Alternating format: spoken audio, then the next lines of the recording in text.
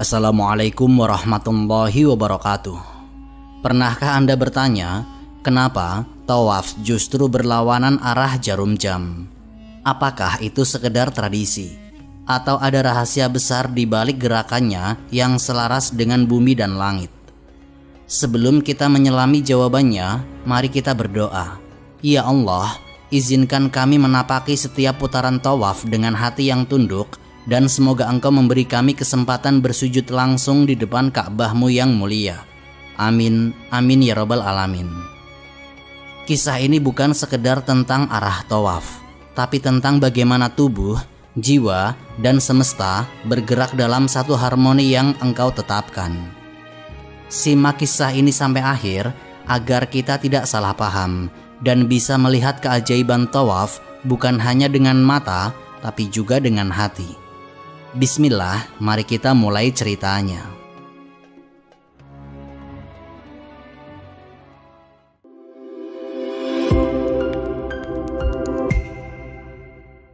Ketaatan yang tidak bisa ditawar.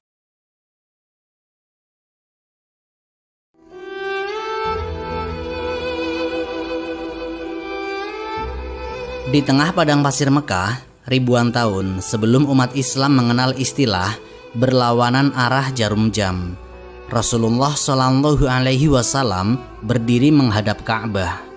Beliau memulai tawafnya dari sudut hitam yang paling dikenal, Hajar Aswad. Dengan langkah mantap, beliau mengulurkan tangan menyentuh batu itu, lalu berjalan ke arah kiri, menjadikan Ka'bah di sisi kiri tubuhnya. Langkahnya pelan, penuh kesadaran, tapi sangat pasti. Ini bukan sekedar berjalan mengitari bangunan batu, melainkan menjalankan perintah wahyu. Tidak ada perdebatan, tidak ada alternatif arah. Inilah cara yang beliau tunjukkan kepada umatnya. Dan beliau menegaskan dengan satu kalimat yang menjadi landasan semua bentuk ibadah dalam Islam. Ambillah dariku tata cara ibadah kalian. Hadis riwayat Muslim. Kalimat singkat ini adalah pagar yang membatasi ruang interpretasi. Ia menjadi dasar bahwa semua ibadah, termasuk tawaf, bukan wilayah eksperimen manusia. Arah tawaf, jumlah putaran, titik awal, bahkan cara berjalan, semua datang dari wahyu, bukan dari hasil diskusi, dan bukan dari kesepakatan adat. Para sahabat yang menyaksikan langsung cara Rasulullah tawaf pun menirunya tanpa bertanya mengapa ke kiri atau apakah boleh dibalik. Karena mereka tahu dalam urusan ibadah, logika manusia berhenti di gerbang wahyu. Ketika Rasulullah Shallallahu Alaihi Wasallam melakukan haji wada, haji terakhir beliau, ribuan sahabat mengikuti langkahnya dengan seksama. Ibnu Abbas meriwayatkan bahwa Rasulullah Shallallahu Alaihi Wasallam memulai tawaf dari Hajar Aswad dan berjalan mengelilingi Ka'bah 7 kali. Semuanya dengan posisi Ka'bah di sebelah kiri. Tidak ada satupun riwayat yang menunjukkan Nabi atau sahabat melakukan arah sebaliknya. Ulama seperti Al-Qurtubi dan Ibnu Hajar Al-Asqalani kemudian menegaskan dalam kitab tafsir dan syarah hadis mereka bahwa tawaf adalah ibadah tauqifiyah, yakni bentuk ibadah yang tidak bisa diubah, ditambah, atau dikurangi berdasarkan akal atau kebiasaan. Istilah tauqifiyah ini penting. Ia berarti semua tata cara ibadah bersandar penuh pada wahyu. Jika Allah dan Rasul-Nya tidak menjelaskan, maka manusia tidak berhak menafsirkan sendiri. Dalam catatan sejarah, tawaf sudah dikenal sejak zaman Nabi Ibrahim alaihissalam. Setelah Ka'bah dibangun bersama putranya, Nabi Ismail alaihissalam. Lalu Allah memerintahkan, dan sucikanlah rumahku bagi orang-orang yang tawaf, yang iktikaf, rukuk dan sujud. Quran Surat Al-Hajj ayat 26. Namun, arah tawaf yang dilakukan Nabi Ibrahim dan para nabi setelahnya tidak dijelaskan secara eksplisit dalam Al-Quran. Maka, satu-satunya penentu arah itu adalah praktik Rasulullah Shallallahu Alaihi Wasallam yang menegaskan kembali manasik Ibrahim sebagaimana perintah Allah. Kemudian kami wahyukan kepadamu Muhammad, ikutilah agama Ibrahim yang lurus. Quran Surat An-Nahl ayat 123. Dengan demikian, arah tawaf Rasulullah bukan inisiatif pribadi, tapi kesinambungan dari syariat para nabi sebelumnya yang kini dikokohkan dalam Islam. Dalam riwayat-riwayat sahih tentang haji Rasulullah, para sahabat menggambarkan detail pelaksanaan tawaf dengan sangat teliti. Mulai dari posisi langkah, arah putaran, hingga cara menghadap Hajar Aswad setiap kali melewatinya. Imam Muslim dan Imam Al-Bukhari mencatat bahwa Rasulullah Shallallahu Alaihi Wasallam tidak pernah mengubah arah tawaf, baik ketika haji maupun umroh. Bahkan ketika beliau melakukan tawaf di atas unta karena banyaknya jemaah. Bila arah ini sekedar tradisi, tentu Rasulullah akan menjelaskannya. Namun kenyataannya beliau hanya berkata, "Ambillah dariku tata cara ibadah kalian." Kalimat itu menjadi syarat bahwa segala detail dalam tawaf, termasuk arah, adalah bentuk ketaatan murni. Menariknya, tidak ada satupun hadis yang memberikan penjelasan alasan logis di balik arah tawaf. Tidak disebutkan bahwa ke kiri lebih baik dari ke kanan, atau bahkan arah itu punya manfaat tertentu. Sebab dalam ibadah tujuannya bukan memahami, tapi menaati. Para ulama salaf memahami hal ini dengan sangat hati-hati. Dalam kitab Al-Jami' Al-Ahkam Al-Quran, Al-Qurtubi menulis, tawaf adalah ibadah yang ditetapkan oleh wahyu. Siapa yang menambah atau mengubah arah, maka ia keluar dari sunnah Rasul. Sementara Ibnu Katsir menyebut tawaf sebagai ibadah yang mengikuti bentuk dan urutan sebagaimana dilakukan Nabi, tidak dengan akal atau adat. Rasulullah Shallallahu Alaihi Wasallam sendiri memberi contoh disiplin tinggi dalam ibadah. Dalam banyak riwayat, beliau menegur sahabat yang melakukan sesuatu tanpa tuntunan. Misalnya, ketika ada sahabat menambah jumlah rakaat atau mengubah cara dalam sholat, beliau langsung mengingatkan, "Barang siapa membuat perkara baru dalam agama kami yang bukan bagian darinya, maka ia tertolak." Hadis riwayat Bukhari dan Muslim. Maka arah tawaf meski tampak sederhana termasuk bagian dari prinsip besar ini, yaitu tidak boleh diubah. Riwayat dari Abdullah bin Umar radhiyallahu anhu menunjukkan betapa sahabat memahami hal itu. Beliau dikenal sangat ketat meniru cara Rasulullah tawaf. Suatu ketika, beliau melihat seseorang mulai tawaf tidak dari Hajar Aswad, lalu menegurnya dengan tegas, "Kau tidak memulai sebagaimana Rasulullah memulai." Bagi Ibnu Umar, kesalahan arah atau titik awal bukan sekedar kekeliruan teknis, tapi pelanggaran terhadap tata cara ibadah yang diwariskan langsung oleh Nabi. Dari sinilah para fuqaha menegaskan bahwa arah tawaf adalah bagian dari rukun. Jika arah diputar, tawaf tidak sah. Jika memulai dari sudut lain selain Hajar Aswad, tawaf harus diulang. Dan jika berjalan searah jarum jam, maka tawaf batal karena menyalahi tuntunan Rasulullah. Aturan ini disepakati dalam mazhab Syafi'i, Maliki, Hanafi, dan Hambali.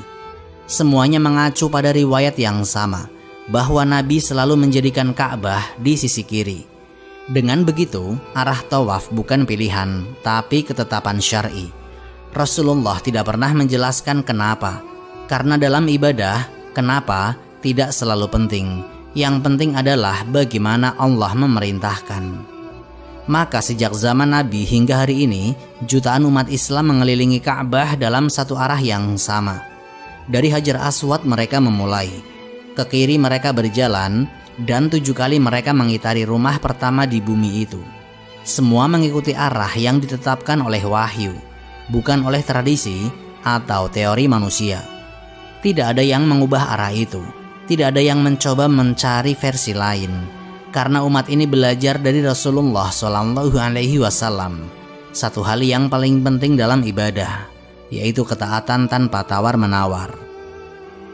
Riwayat lain yang disebutkan oleh Qatadah, salah satu tabi'in besar yang meriwayatkan dari Anas bin Malik, menegaskan bahwa ketika Nabi diangkat ke langit, beliau melihat Nabi Ibrahim alaihi salam bersandar di Baitul Maqmur. Malaikat Jibril berkata kepadanya, "Inilah rumah ibadah bagi malaikat, dan Ibrahim adalah orang yang paling mirip denganmu dalam membangun rumah Allah di bumi." Kalimat malaikat Jibril ini menjadi kunci untuk memahami bahwa hubungan Ka'bah dan Baitul Maqmur bukan kebetulan.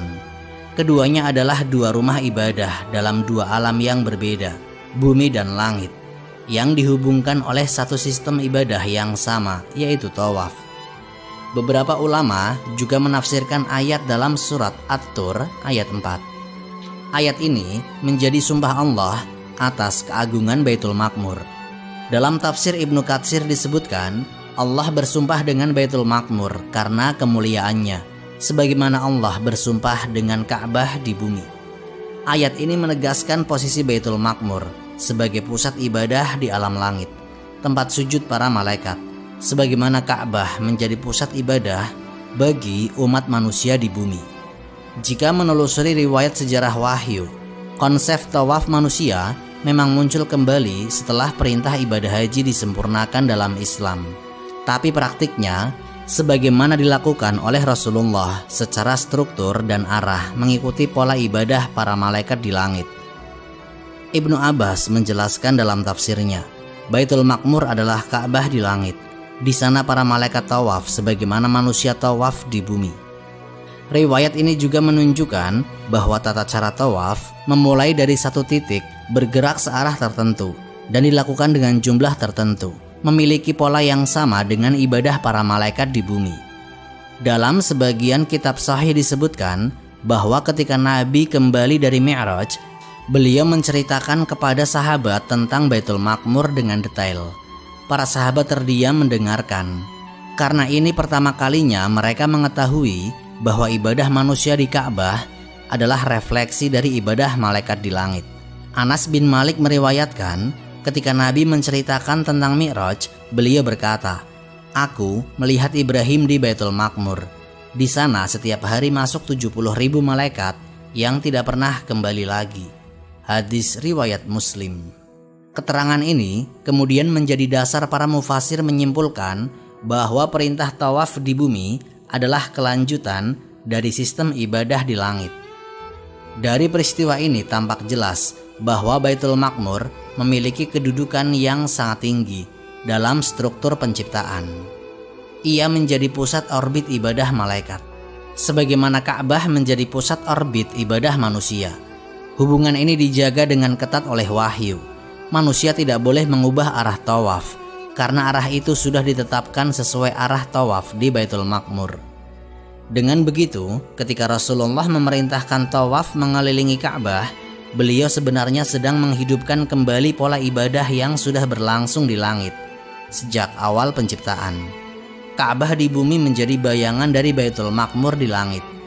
Dan sejak Mi'raj itu, bahwa setiap putaran tawaf yang mereka lakukan di Masjidil Haram adalah cermin dari tawaf para malaikat yang tidak pernah berhenti di Baitul Maqmur. Orbit alam semesta menuju Ka'bah. Ketika manusia tawaf mengelilingi Ka'bah, arah putarannya selalu ke kiri, berlawanan dengan arah jarum jam.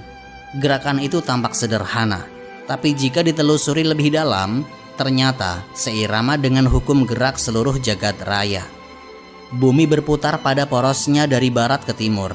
Karena itu, matahari tampak terbit dari timur dan tenggelam di barat.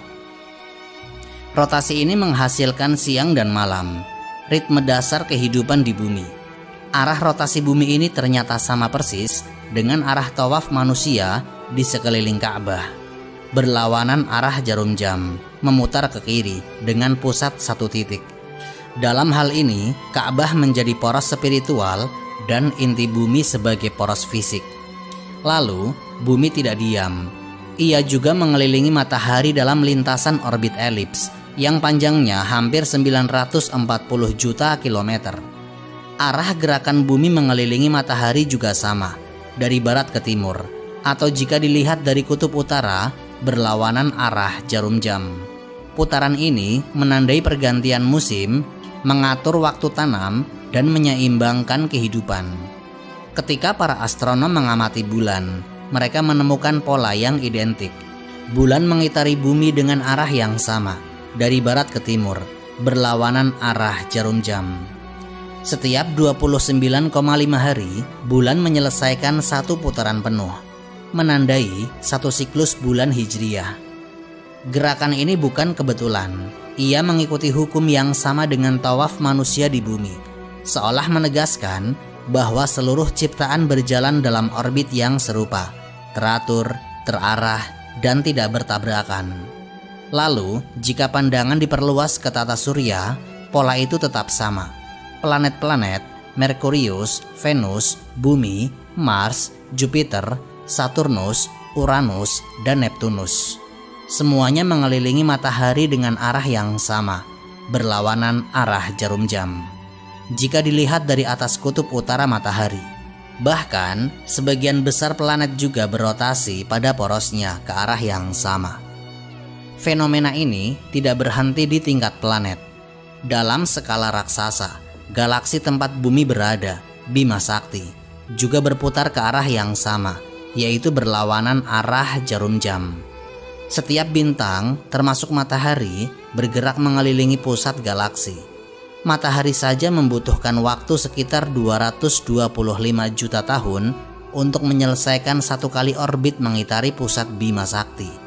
Semua bintang di dalam galaksi itu berputar dengan arah seragam, membentuk pusaran raksasa yang stabil, tanpa saling berbenturan. Jika ditarik lebih kecil lagi, hingga ke tingkat mikroskopis, ke dalam dunia atom, arah itu tetap ditemukan. Elektron mengelilingi inti atom dalam lintasan tertentu, selalu dengan arah yang berlawanan jarum jam ketika divisualisasikan dari sumbu tertentu. Tidak ada kekacauan, tidak ada arah yang acak, semua mengikuti hukum yang konsisten. Dari yang paling kecil hingga yang paling besar, seluruh ciptaan tunduk pada sistem yang sama, yaitu perputaran dengan arah kiri sebagai patokan orbit. Gerakan berlawanan jarum jam ini bukan hanya simbol harmoni, tetapi juga tanda keteraturan hukum alam yang Allah tetapkan. Dalam sains modern, arah ini berhubungan dengan momentum angular dan gaya sentrifugal yang menjaga keseimbangan setiap sistem orbit. Namun, jika dilihat dari perspektif ibadah, arah tawaf manusia mengelilingi Ka'bah ternyata mengikuti pola gerak alam semesta yang sama.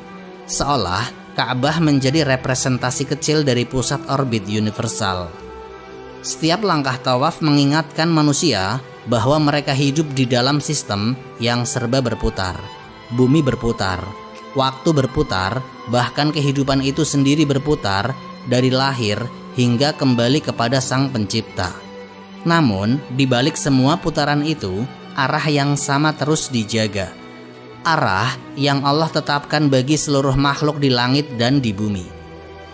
Dari elektron di dalam atom hingga galaksi dengan miliaran bintang, semua bergerak ke arah yang sama seperti tawaf manusia di sekeliling Ka'bah.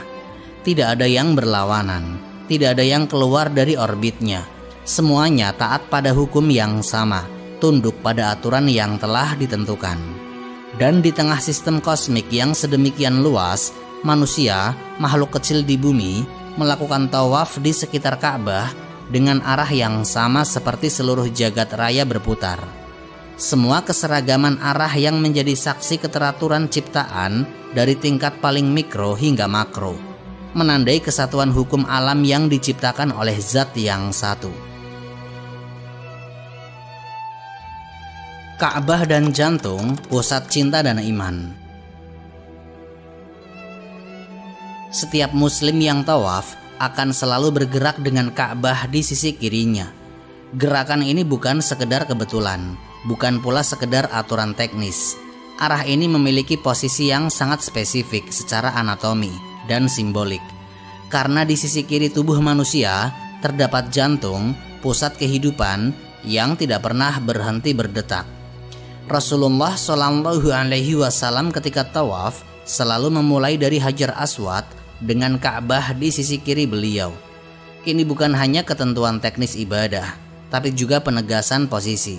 Ka'bah selalu berada di dekat jantung. tidak di kanan dan tidak di belakang, tapi di titik yang sama dengan pusat aliran darah manusia. Jika diamati secara fisiologis, jantung bekerja tanpa henti sejak manusia berada dalam rahim.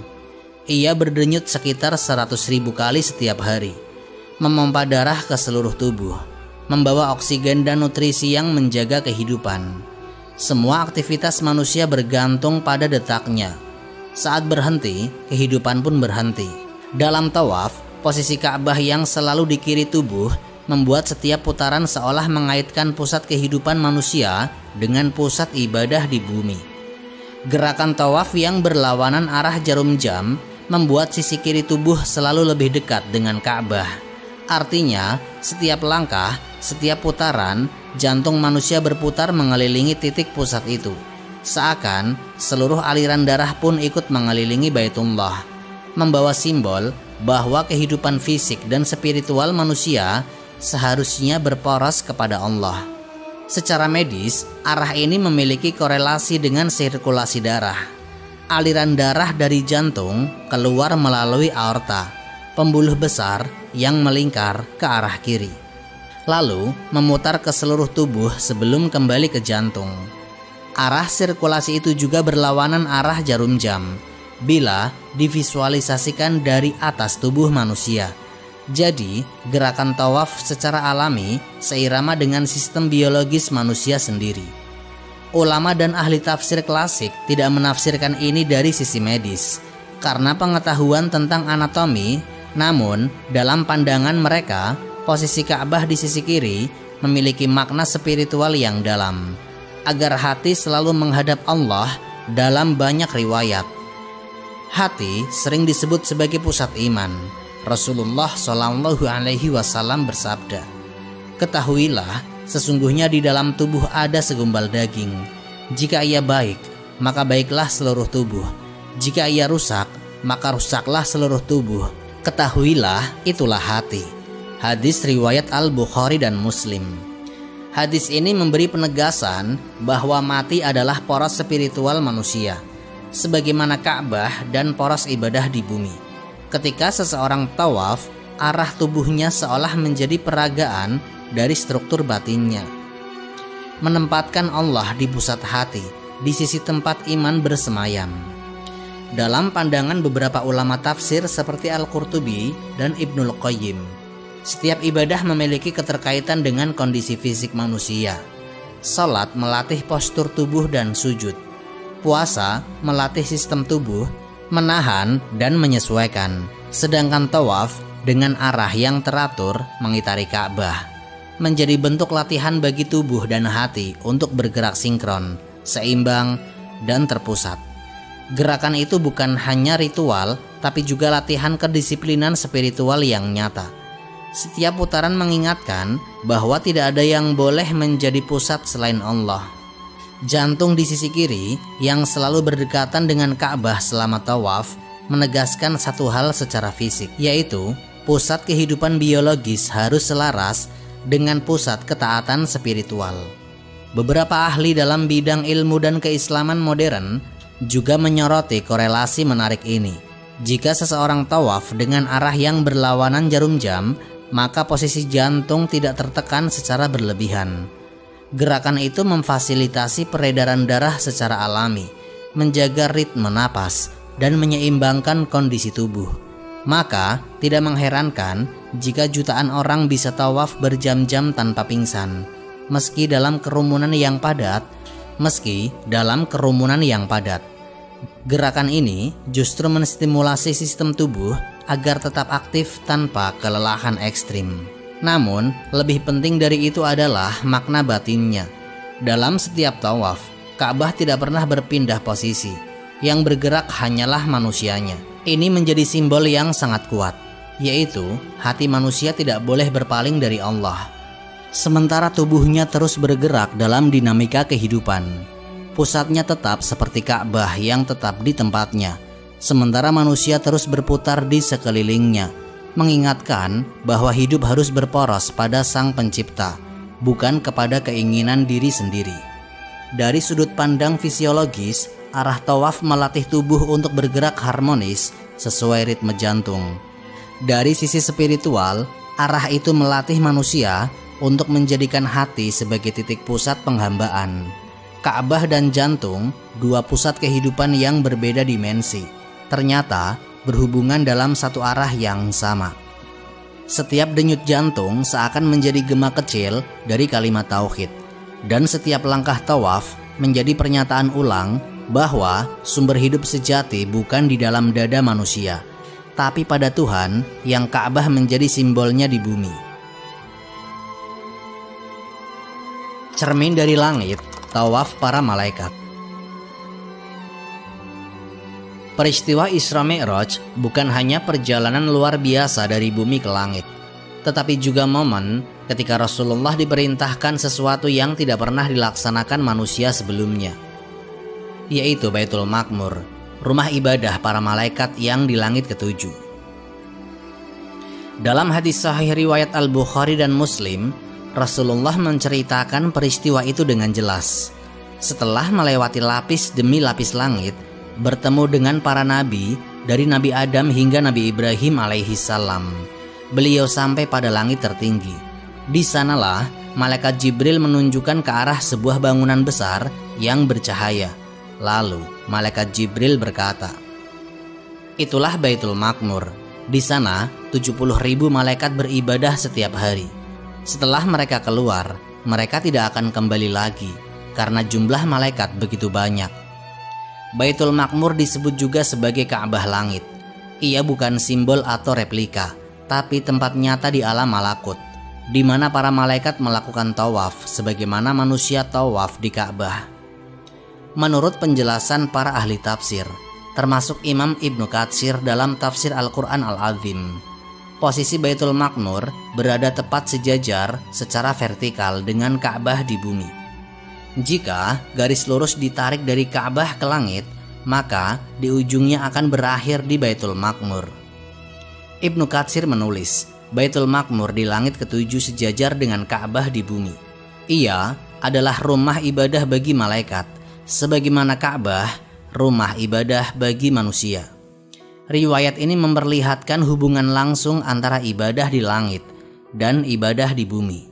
Ka'bah bukan sekedar bangunan suci, tapi cerminan dari bangunan ibadah yang ada di alam malaikat. Dalam penjelasan Al-Qurtubi dan At-Tabari disebutkan bahwa Baitul Ma'mur sudah ada sejak sebelum penciptaan manusia. Ia menjadi pusat ibadah para malaikat sebelum Nabi Adam alaihi salam diciptakan. Di sanalah mereka bertasbih, ruku, sujud dan tawaf, mengikuti perintah Allah secara teratur tanpa henti. Setiap hari 70.000 malaikat masuk ke dalamnya untuk beribadah, melakukan tawaf, dan ketika keluar mereka tidak akan pernah kembali lagi. Esoknya lagi giliran 70.000 malaikat lain. Demikian terus menerus hingga hari kiamat. Artinya tidak ada malaikat yang pernah kembali ke tempat yang sama dua kali. Itu menggambarkan jumlah mereka yang tidak terhingga dan menunjukkan bahwa ibadah di sana tidak pernah berhenti sedikit pun. Dalam sebuah riwayat lain dari Imam Muslim, Rasulullah Shallallahu Alaihi Wasallam bersabda setelah kembali dari Mi'raj, "Aku melihat Baitul Ma'mur, tempat 70.000 malaikat beribadah setiap hari, dan tidak ada di antara mereka yang kembali lagi setelahnya." Para sahabat mendengarkan keterangan ini dengan takjub. Mereka memahami bahwa ibadah tawaf manusia di Ka'bah bukan sesuatu yang berdiri sendiri, melainkan bagian dari pola ibadah universal yang dimulai di langit. Beberapa musafir klasik juga menafsirkan hubungan ini sebagai bentuk kesinambungan antara alam malaikat dan alam manusia. Asy-Syaukani dalam Fathul Qadir menulis bahwa Allah menurunkan perintah tawaf bukan hanya untuk menguji ketaatan manusia, tetapi juga untuk menyatukan arah ibadah manusia dengan ibadah malaikat. Karena itu, arah tawaf, bentuk, dan putarannya ditetapkan berdasarkan pola ibadah di Baitul Ma'mur, bukan hasil keputusan manusia di bumi. Tawaf adalah perjalanan menembus ego. Di antara seluruh ibadah dalam Islam, tawaf adalah satu-satunya yang membuat manusia terus bergerak melingkar, tanpa henti, tanpa arah lain selain menuju pusat, yaitu Ka'bah. Setiap putaran bukan sekedar langkah fisik, tapi sebuah proses batin. Pelan-pelan menanggalkan apapun yang selama ini membuat manusia merasa besar. Begitu seseorang memasuki Masjidil Haram, ia sudah kehilangan sebagian besar simbol dirinya. Tidak ada pakaian kebesaran, tidak ada seragam, tidak ada pembeda sosial. Semua memakai kain putih sederhana yang disebut ihram. Dalam dua helai kain itu, tidak ada ruang bagi gelar, pangkat, atau kebanggaan diri. Itulah kondisi awal sebelum tawaf dimulai. Keadaan nol, seolah kembali menjadi makhluk yang sama di hadapan Allah. Rasulullah Shallallahu Alaihi Wasallam mencontohkan tawaf dengan penuh ketenangan dan kekhusyuan. Beliau memulai dari Hajar Aswad, mengangkat tangan dan bertakbir. Dalam riwayat sahih disebutkan bahwa beliau mencium Hajar Aswad jika memungkinkan, atau cukup mengisyaratkan dengan tangan kanan sambil mengucapkan Allahu Akbar. Dari titik itu, putaran pertama dimulai. Gerakan mengelilingi Ka'bah bukan seperti orang berjalan berkeliling bangunan biasa. Ia punya arah, ritme, dan makna yang terus meningkat dari satu putaran ke putaran berikutnya. Setiap kali seseorang berjalan, langkahnya membawa sesuatu keluar dari dirinya. Keangkuhan, kebiasaan berlebihan, rasa memiliki, atau bahkan kesombongan tersembunyi yang mungkin tidak pernah disadari. Dalam tawaf, manusia berjalan sejajar dengan ribuan orang lain dari seluruh dunia. Tidak ada yang istimewa, tidak ada ruang bagi ego untuk menonjol. Bahkan, langkah sekecil apapun harus disesuaikan dengan langkah orang lain. Jika seseorang terburu-buru, ia bisa menyakiti jemaah di sampingnya. Jika terlalu lambat, ia akan terdesak oleh arus yang lebih besar. Tawaf memaksa manusia untuk berjalan bersama, tidak di depan dan tidak tertinggal, hanya bersama-sama mengelilingi satu pusat yang sama. Setiap putaran mendekatkan seseorang sedikit lebih dekat ke Ka'bah. Semakin dekat, semakin terasa sempit. Ruang gerak makin terbatas, nafas semakin berat, tapi hati justru semakin ringan. Semakin mendekat, semakin sedikit ruang bagi tubuh dan ego, seakan makin kecil dari manusia di hadapan kebesaran Allah. Ada perbedaan yang nyata antara putaran pertama dan ketujuh. Di awal, sebagian orang masih memikirkan hal-hal duniawi, tasnya, kameranya, posenya, atau bahkan persamaannya sendiri. Tapi setelah beberapa putaran, wajah-wajah itu berubah. Tidak ada lagi pandangan keluar. Semua pandangan mengarah ke dalam bibir zikir. Mata memerah dan dada bergetar. Mereka tidak sedang berputar mengelilingi batu, tapi sedang berputar mengelilingi pusat tauhid yang melepaskan mereka dari diri mereka sendiri. Tawaf juga menuntut totalitas fisik. Tidak bisa dilakukan separuh hati. Seseorang harus berjalan, menahan panas, bersabar dengan dorongan orang lain, dan tetap menjaga niat. Di tengah arus manusia, tidak ada pilihan selain menyerahkan diri sepenuhnya kepada irama ibadah itu. Ini bukan lagi gerak yang dikendalikan oleh ego, tapi gerak yang dikendalikan oleh kesadaran bahwa semua sedang menghadap kepada Tuhan yang sama. Dalam riwayat Ibnu Abbas rahimahullah disebutkan bahwa Rasulullah pernah melakukan tawaf dengan langkah yang mantap dan terarah, tanpa tergesa-gesa, meskipun ribuan orang ada di sekeliling beliau. Ini menjadi isyarat bahwa tawaf bukan lomba. Ia adalah bentuk pengendalian diri. Semakin seseorang mampu menahan keinginannya untuk berburu, semakin besar kesadaran ibadahnya.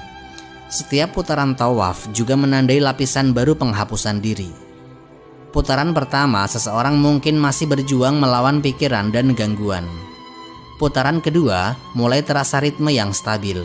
Putaran ketiga, tubuh mulai menyesuaikan diri. Putaran keempat dan kelima, ego mulai melemah. Putaran keenam, hati mulai benar-benar hadir. Hingga di putaran ketujuh, biasanya air mata sudah tidak tertahan lagi. Bukan karena lelah, tapi karena sadar di hadapan Ka'bah, Semua yang dulu dianggap penting ternyata tidak berarti apapun. Rasulullah menyebut tawaf sebagai bentuk zikir fisik. Dalam sebuah atsar disebutkan bahwa tawaf di sekitar Ka'bah sama nilainya dengan berdiri, ruku dan sujud di hadapan Allah. Setiap langkah dihitung sebagai ibadah. Ini bukan hanya karena kedekatan fisiknya dengan Baitullah, tapi karena setiap langkah itu disertai pelepasan diri dari selain Allah. Sementara itu, dalam catatan para ulama seperti Imam Nawawi disebutkan bahwa doa terbaik saat tawaf adalah doa pribadi. Tidak ada teks yang wajib, karena tawaf adalah ruang perenungan paling pribadi manusia dan Tuhannya. Dalam riwayat, Nabi sendiri tidak membacakan doa tertentu yang panjang, melainkan berzikir dan berdoa sesuai kebutuhan hati beliau. Ini menjadi isyarat bahwa tawaf bukan ibadah formalistik. Ia adalah percakapan batin. Ketika jemaah berjalan mengelilingi Ka'bah, mereka tidak hanya menapaki lantai marmer di sekitar Baitullah. Mereka menapaki perjalanan batin. Dari lapisan kesadaran dunia menuju kesadaran tauhid. Setiap langkah seperti melepaskan lapisan demi lapisan ego, hingga akhirnya yang tersisa hanyalah kesadaran sederhana, yaitu aku hanyalah hamba. Dalam konteks itu, tawaf menjadi perwujudan nyata dari kalimat la ilaha illallah. Tidak cukup hanya diucapkan dengan lisan, tapi harus dirasakan lewat gerak dan pelepasan diri. Ego manusia yang selama ini menjadi pusat hidupnya digeser keluar dari orbit, diganti dengan pusat baru, yaitu Allah. Tidak ada lagi aku dalam tawaf, pengaruhku atau diriku. Semua lenyap dalam pusaran ibadah yang sama.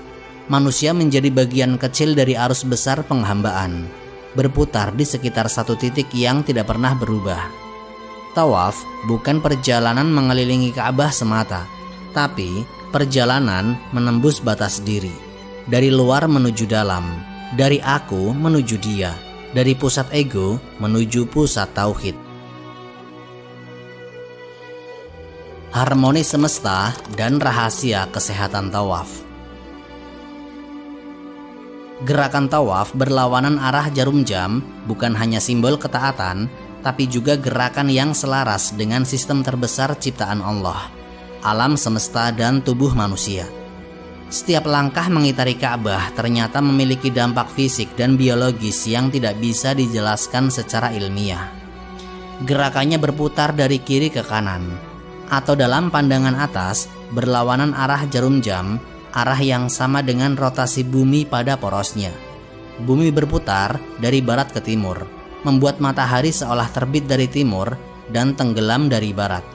Gerakan itu menciptakan gravitasi stabil, iklim teratur, dan waktu yang berulang setiap 24 jam. Saat jemaah tawaf mengikuti arah yang sama, tubuh mereka secara alami bergerak dalam sinkronisasi dengan rotasi bumi. Dari sisi fisika, arah tawaf ini membuat tubuh manusia bergerak melawan gaya inersia rotasi bumi. Itu menimbulkan stimulasi ringan pada sistem keseimbangan di otak tengah. Hasilnya, sistem saraf dan refleks tubuh dipaksa untuk menyesuaikan diri dalam arah yang paling alami bagi manusia, yaitu arah yang sama dengan perputaran planet, bulan, dan galaksi. Beberapa penelitian modern di bidang neurofisiologi menjelaskan bahwa gerakan berputar berulang dapat menyeimbangkan kerja otak kiri dan kanan.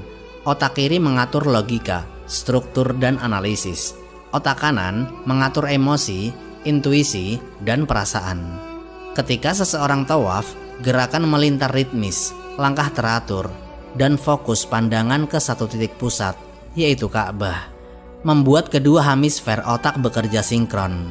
Ini menjelaskan mengapa banyak jemaah merasa tenang, ringan, bahkan mengalami ketenangan mendalam setelah tawaf. Selain itu, dari sisi sirkulasi darah, tawaf membantu meningkatkan peradaban ke seluruh tubuh.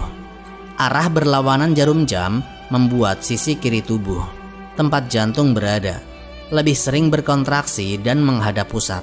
Setiap langkah mendorong darah naik ke arah jantung, memperbaiki aliran balik vena, dan menyeimbangkan tekanan darah. Gerakan lambat dan berirama membantu memperlancar aliran limfa, membersihkan toksin, dan menstimulasi sistem pernafasan agar tetap teratur. Dalam konteks energi tubuh, tawaf juga menyeimbangkan medan elektromagnetik manusia. Tubuh manusia menghasilkan medan listrik lemah karena aktivitas jantung dan otak. Sementara itu, bumi memiliki medan elektromagnetik besar yang berputar. Arahnya juga berlawanan jarum jam di belahan utara. Ketika manusia tawaf dalam arah yang sama, medan listrik tubuh ikut tersinkronisasi dengan medan magnet bumi. Para peneliti biofisika menyebut fenomena ini sebagai resonansi Schumann, yaitu getaran alami bumi pada frekuensi sekitar 7,83 Hz. Sama dengan frekuensi gelombang alfa otak manusia saat dalam keadaan tenang dan fokus. Dengan kata lain, tawaf bisa membantu tubuh masuk ke ritme alami bumi, menciptakan keseimbangan fisiologis dan ketenangan mental yang sulit dijelaskan dengan logika biasa. Dari sisi psikologis, gerakan tawaf yang berulang dan teratur menciptakan efek meditasi alami. Tidak seperti mediasi duduk diam, tawaf adalah mediasi dalam gerak. Tubuh aktif, tapi pikiran diam. Fokus jemaah hanya pada satu titik, yaitu Ka'bah. Gerakan melingkar tanpa henti menenangkan pikiran yang biasanya kacau oleh arah dan tujuan duniawi. Selama tawaf, tidak ada belokan, tidak ada pilihan arah, hanya satu poros. Pola ini menurunkan aktivitas gelombang beta, yaitu stres dan berpikir cepat, dan meningkatkan gelombang alfa, yaitu tenang dan fokus. Beberapa dokter yang meneliti jemaah haji mencatat penurunan signifikan pada hormon stres, seperti kortisol, setelah tawaf dilakukan. Selain itu, aktivitas parasimpatik meningkat, membuat detak jantung lebih teratur, tekanan darah menurun, dan sistem pencernaan bekerja lebih baik. Secara sederhana, tawaf adalah riset biologis yang menstabilkan seluruh sistem tubuh manusia. Gerakan tawaf juga memperkuat otot kaki, punggung, dan pinggang. Setiap 7 putaran bisa menempuh jarak sekitar 3 km jika dilakukan di lingkar luar, atau sekitar 1,5 km jika di dekat Ka'bah. Gerakan ini melatih gaya fisik tanpa kelelahan ekstrim, karena ritmenya alami dan disertai dengan nafas yang teratur. Beberapa ahli kesehatan dari dunia Islam mencatat bahwa arah tawaf melatih keseimbangan otot kiri dan kanan secara simetris.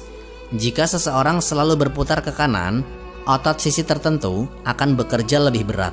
Tapi arah tawaf ke kiri memanfaatkan sisi kiri tubuh yang biasanya lebih lemah, membantu menciptakan kesetimbangan biomekanik. Semua keselarasan ini tidak muncul secara kebetulan. Dari arah rotasi bumi hingga sistem darah manusia, dari struktur otak hingga medan elektromagnetik bumi, semuanya bergerak dalam satu arah yang sama dengan tawaf. Jika salah satu sistem besar ini berputar berlawanan, alam akan kacau. Tapi Allah menata semuanya agar bergerak dalam harmoni tunggal. Ketika manusia melakukan tawaf, sebenarnya mereka sedang menyesuaikan diri kembali dengan sistem besar itu, menyelaraskan tubuh, pikiran, dan jiwanya dengan poros ketertiban semesta. Gerakan ini bukan hasil teori kesehatan, tapi hasil wahyu. Baru setelah sains berkembang, manusia bisa menemukan bahwa perintah itu ternyata tidak hanya menata jiwa, tapi juga menyembuhkan tubuh.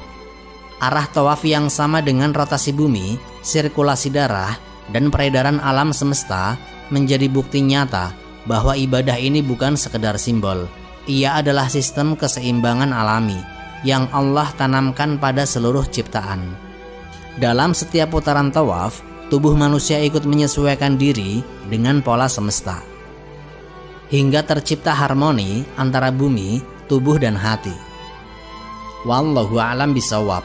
Semoga kisah ini memberikan manfaat dan menjadi pengingat bagi kita semua untuk terus memperbaiki diri serta meningkatkan ketaatan kepada Allah Subhanahu wa Ta'ala. Lebih dan kurangnya mohon dimaafkan.